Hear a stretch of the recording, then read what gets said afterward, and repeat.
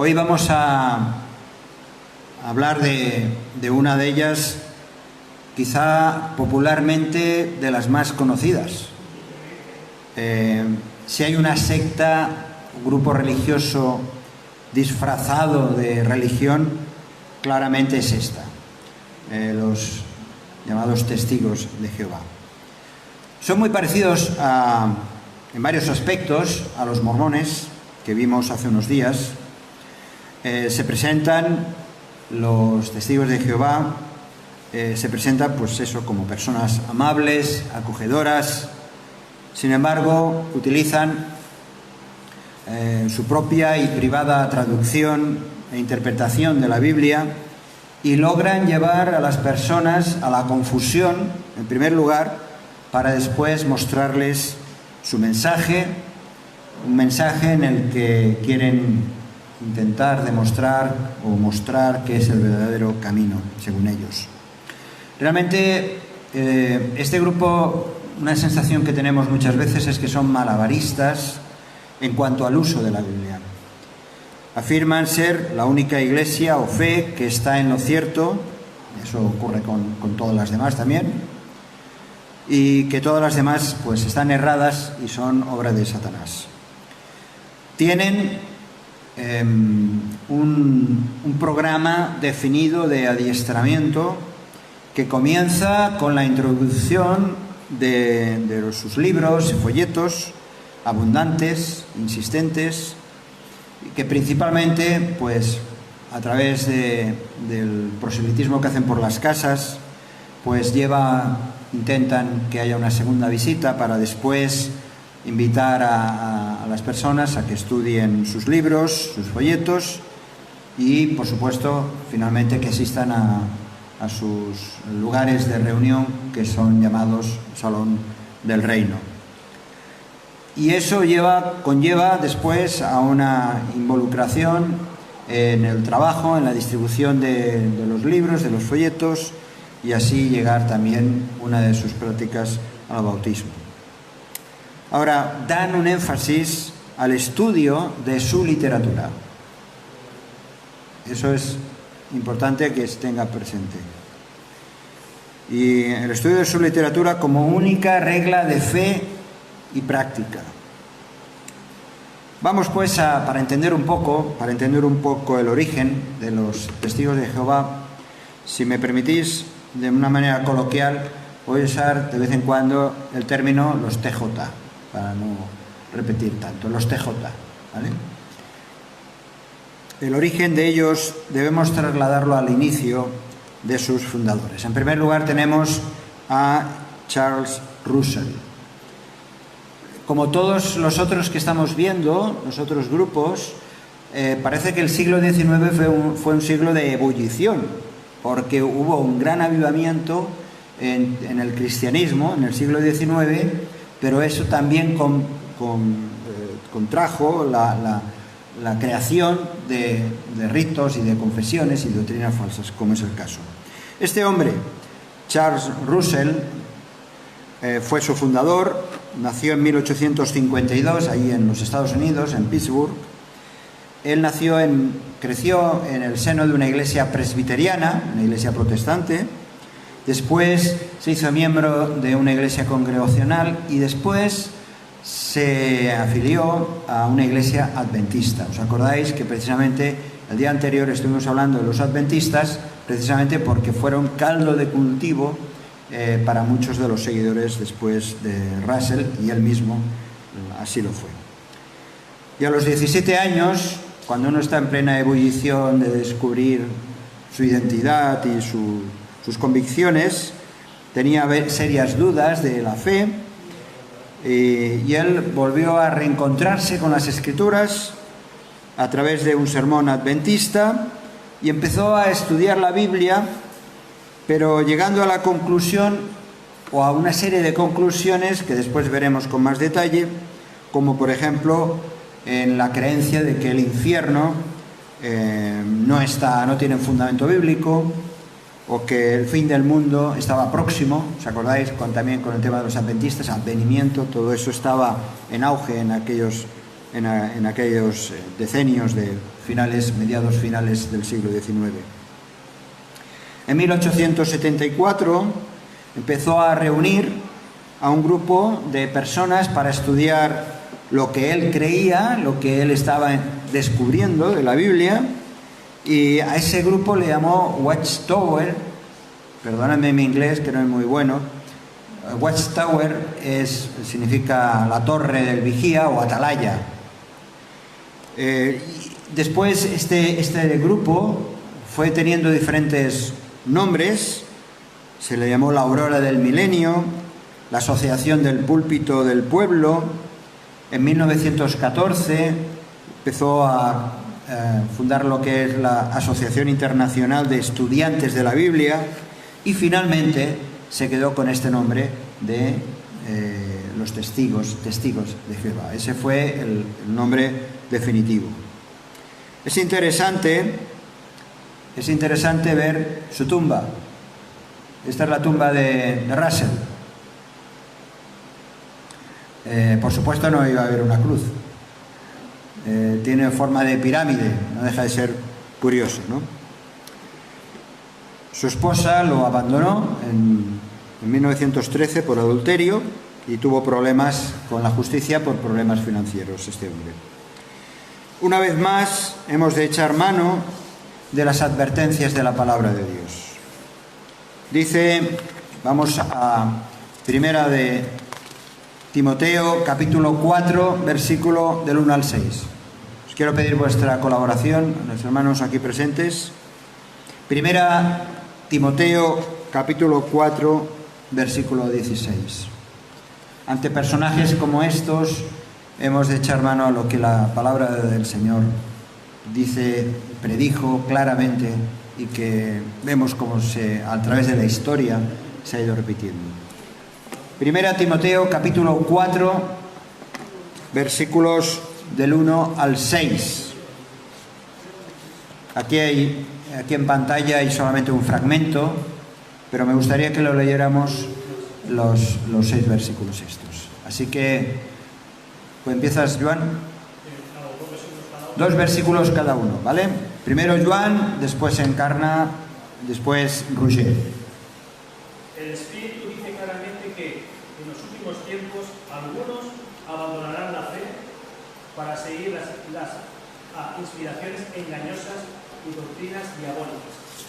Tales enseñanzas provienen de embusteros hipócritas que tienen la conciencia encallecida. 3. Prohibirán casarse y mandarán abstenerse de alimentos que Dios creó para que, con acción de gracias, participasen de ellos los creyentes y los que han conocido la verdad. Porque todo lo que Dios creó es bueno y nada es desecharse si se toma con acción de gracias. 5.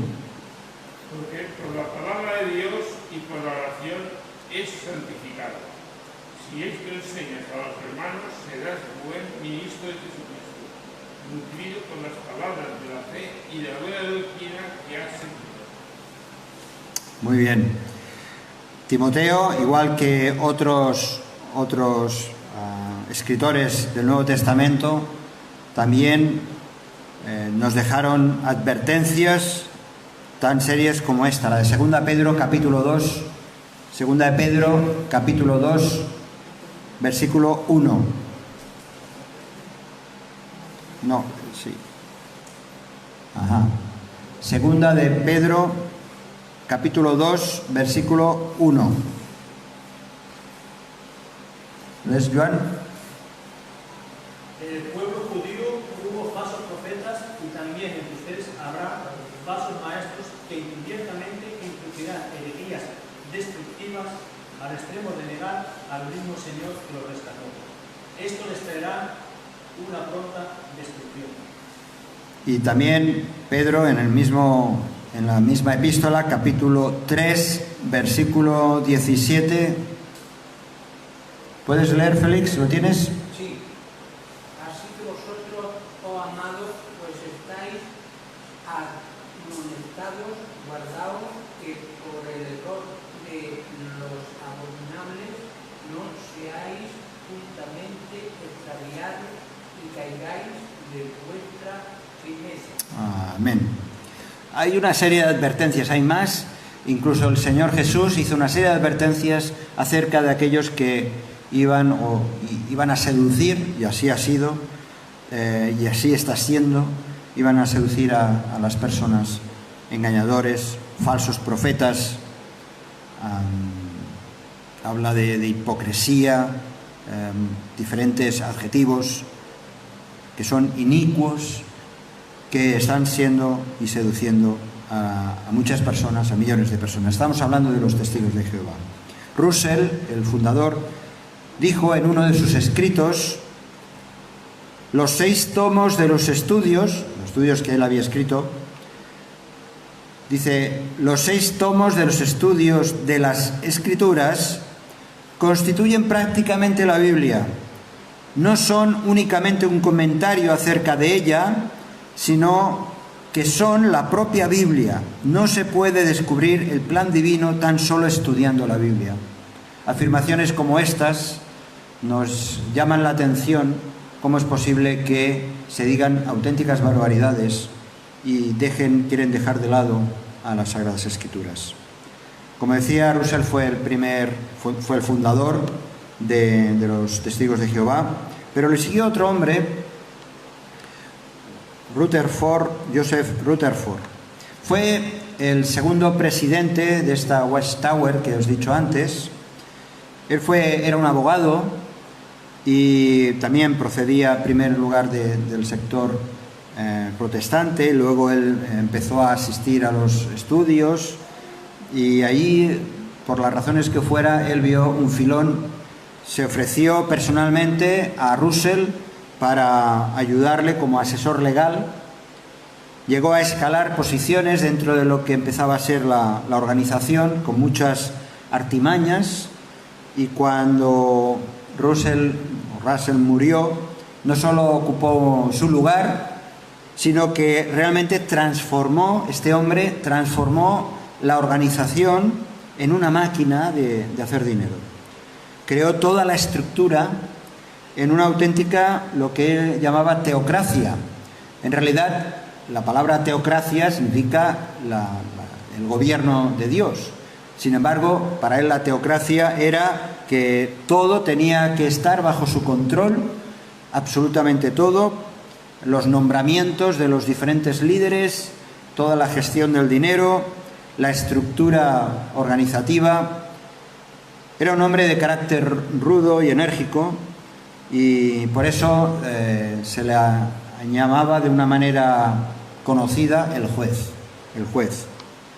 Realmente escribió numerosos libros desarrollando las principales doctrinas de los TJ, que es la base actual.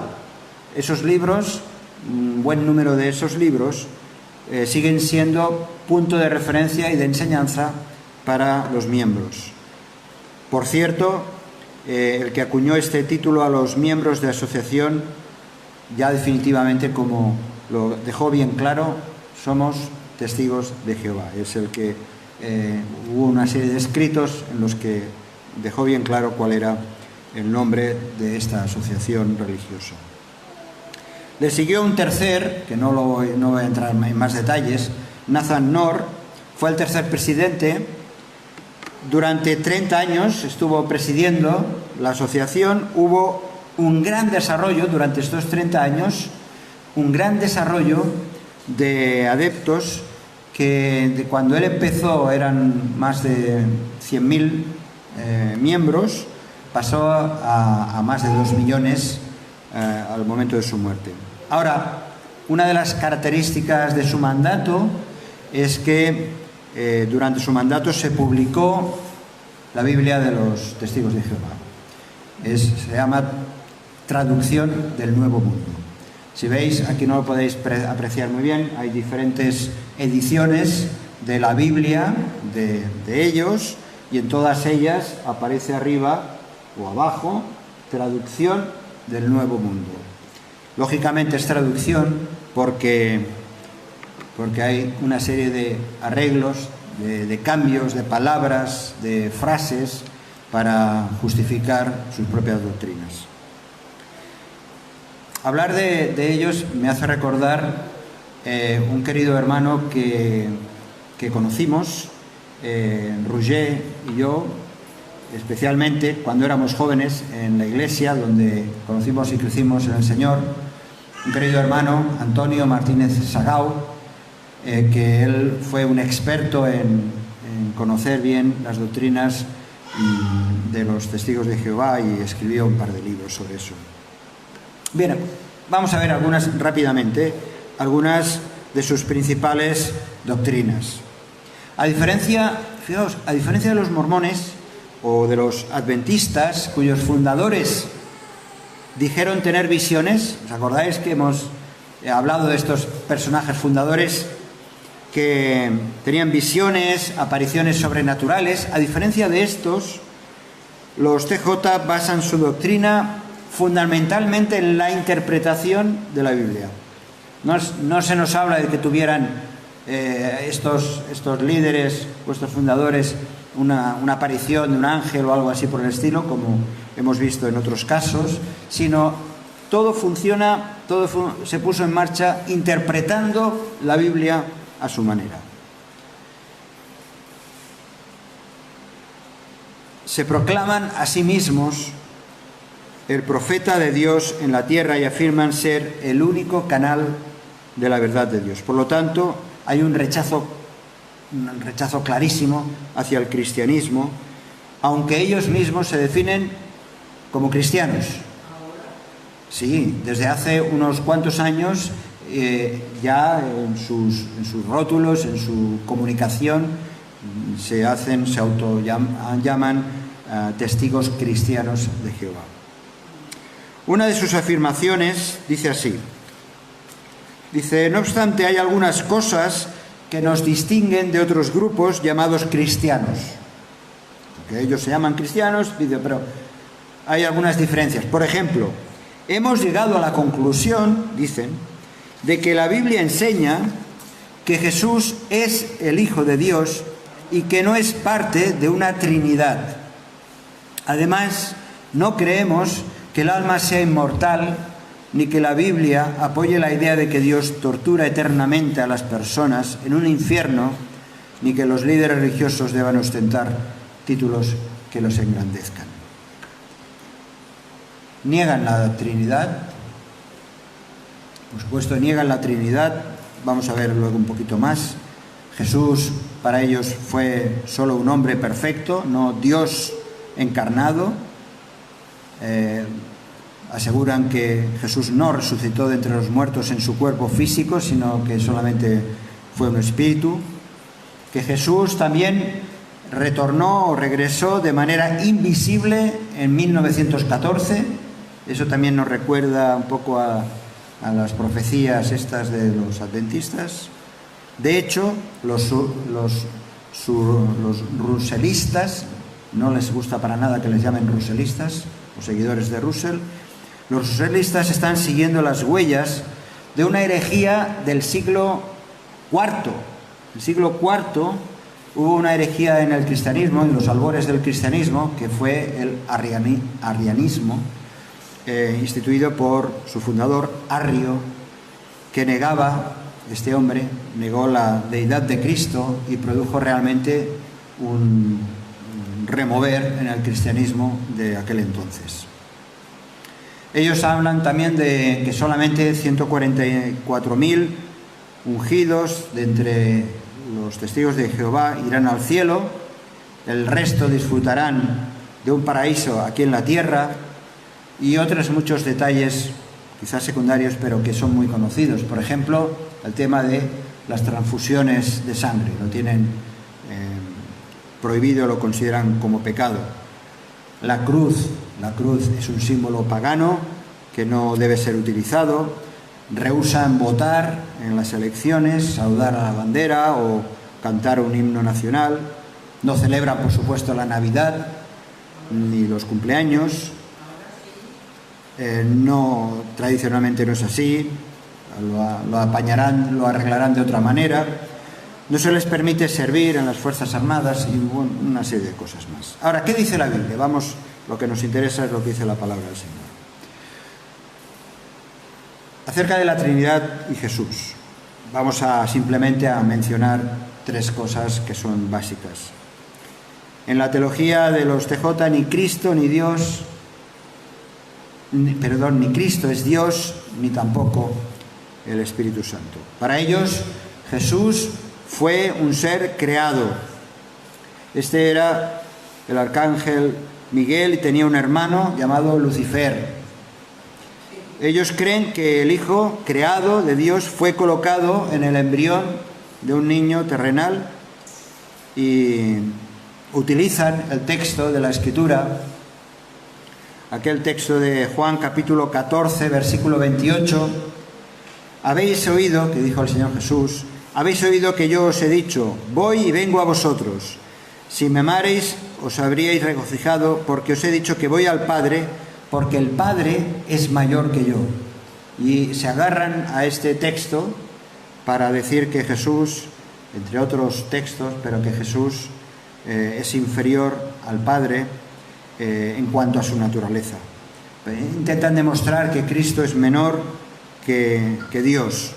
Pero en realidad este texto de la Escritura sabemos que no se refiere a una naturaleza menor, sino a una subordinación de Jesús a su Padre Celestial, como tantas veces vemos en los Evangelios.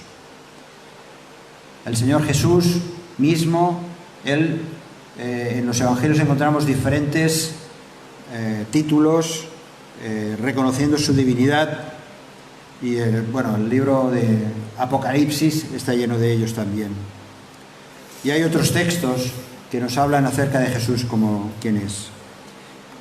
Dice Juan capítulo 1, versículo 3, del 1 al 3, que en el principio era el Verbo, y el Verbo era con Dios, y el Verbo era Dios.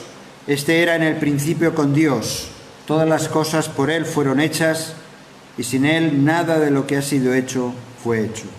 Claro que ellos en su Biblia han cambiado esta afirmación. En el principio era el Verbo, y el Verbo era con Dios, y el Verbo era Dios. Ellos lo han cambiado por y el Verbo era un Dios. Le ponen también con minúscula. Hay muchos textos que nos hablan acerca precisamente de la divinidad del Señor Jesús. Ya digo, vamos a ir un poquito rápido sobre esto. El Espíritu Santo es otro de los temas que para ellos lo tienen claro. Lo tienen claro porque determinan que es una fuerza, no es una persona viva, es una fuerza impersonal de Dios. Lo llaman simplemente un poder o influencia de Dios para ejecutar su voluntad.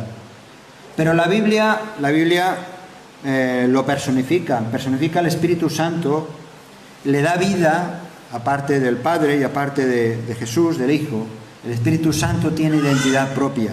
Hay muchos textos, no vamos a entrar en ellos, donde vemos que el Espíritu Santo habla, el Espíritu Santo intercede, ¿os acordáis? Intercede por nosotros con gemidos indecibles.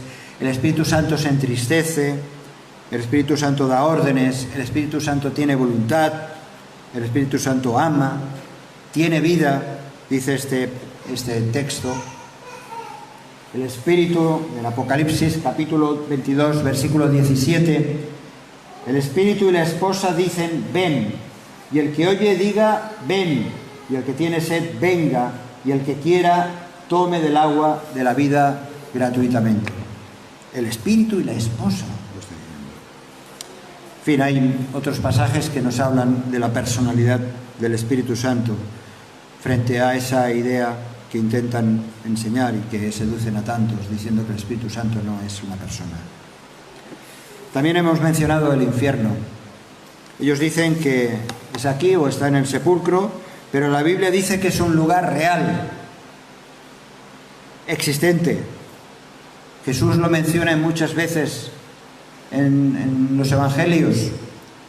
Jesús en su relato, por ejemplo, en su relato del rico y Lázaro, que encontramos en Lucas capítulo 16, versículos del 19 al 31, ese relato que explica esa conversación del rico y Lázaro, habla claramente Jesús del infierno. Recordamos un poco la historia, la vamos a leer. Vamos a Lucas capítulo 16. Lucas 16. Lucas 16, versículo 19.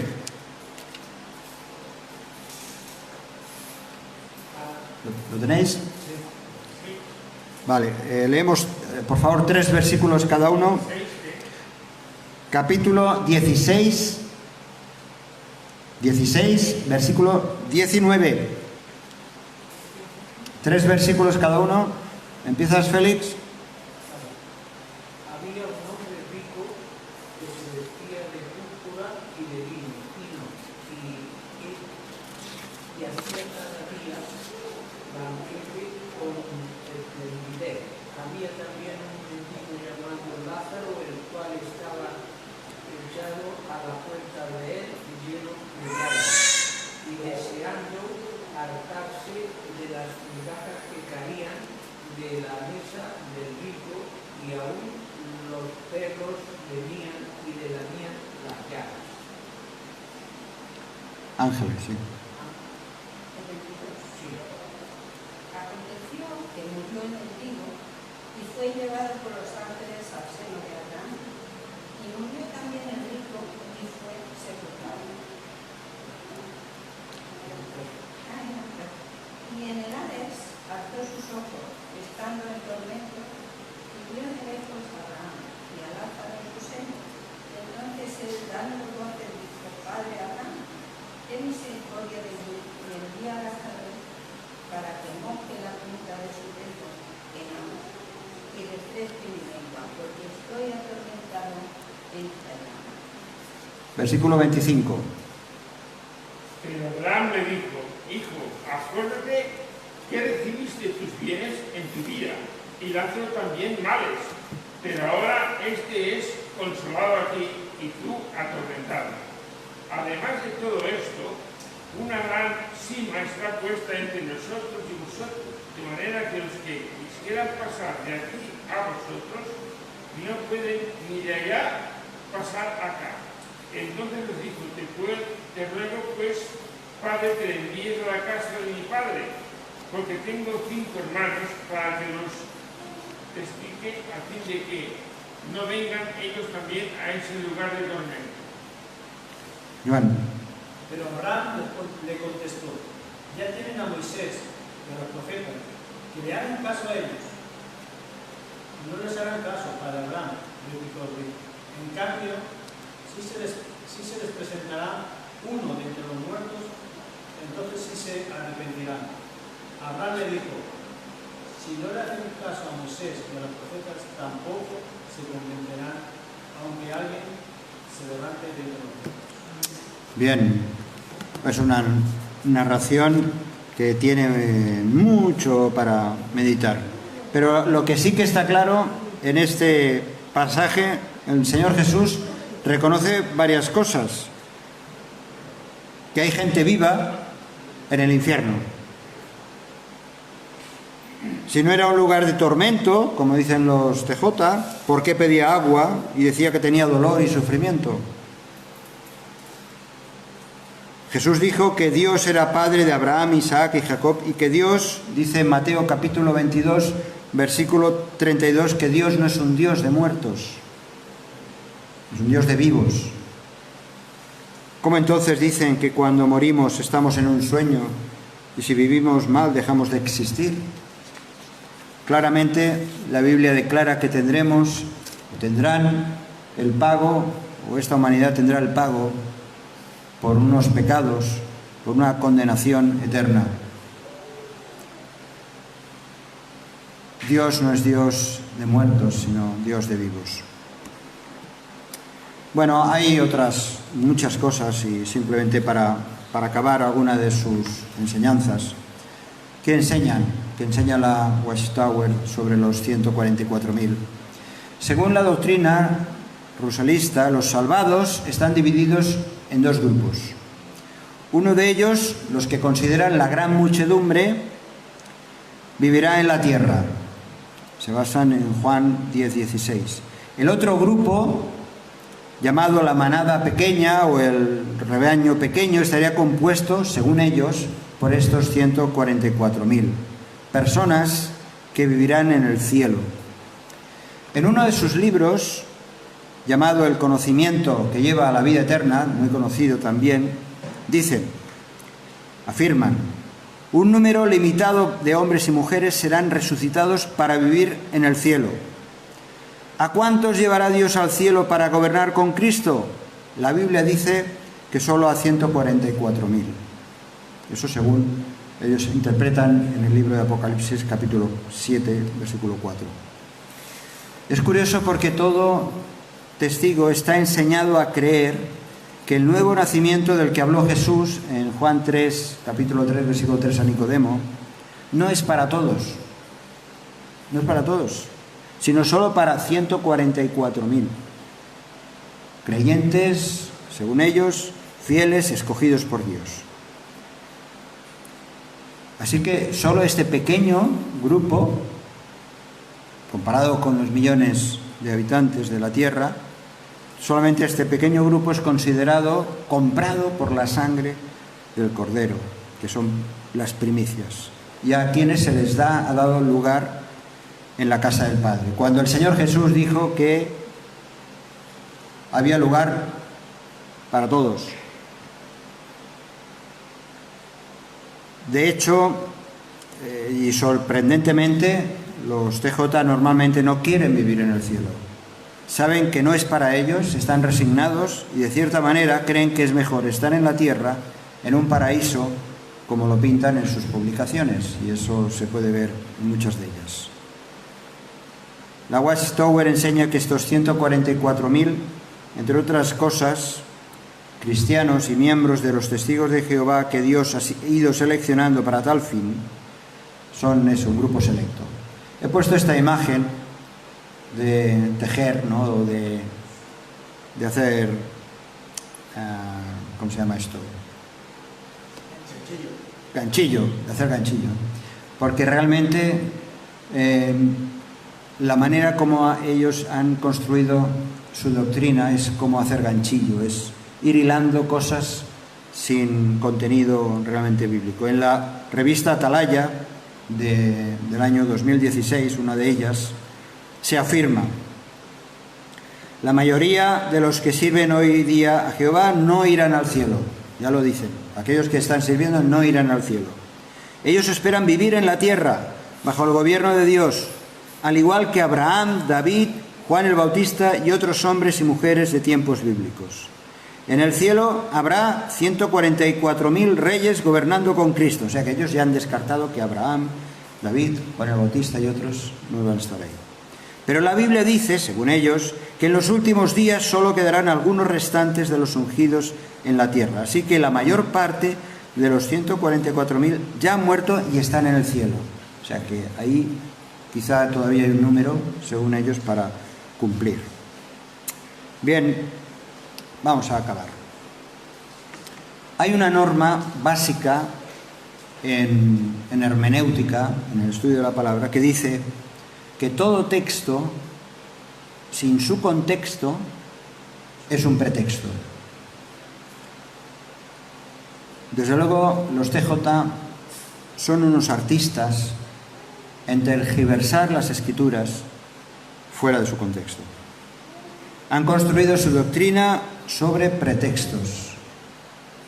Su Biblia misma, que podríamos ver muchos detalles que no vamos a ver en esta hora, su Biblia misma está manipulada.